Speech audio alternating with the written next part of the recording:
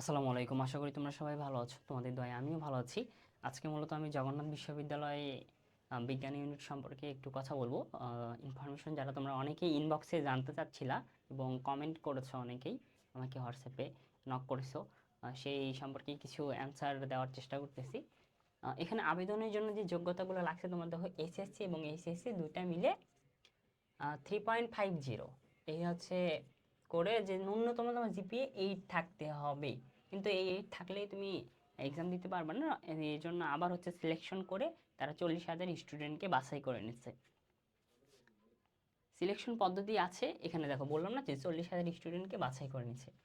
এবং negative marking এখানে থাকবে 25%, অর্থাৎ প্রতিটি ভুলের 4টি ভুল উত্তরের জন্য একটি করে 0.25, মানে 0.25 একটা যদি নৈবেত্তিক ভুল করো তাহলে এই নেগেটিভ মার্কিংটা তুমি পাবা।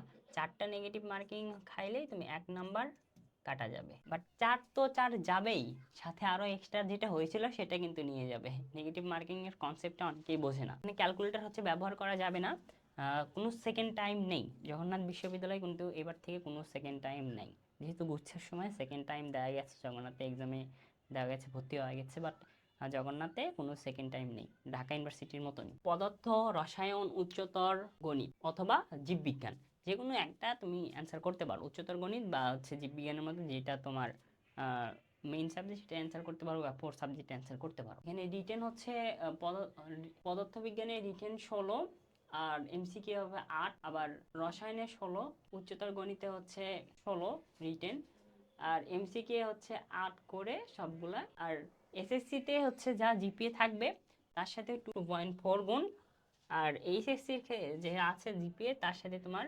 3.2 গুণ। এই মোট হচ্ছে 100 নাম্বারের এক্সাম।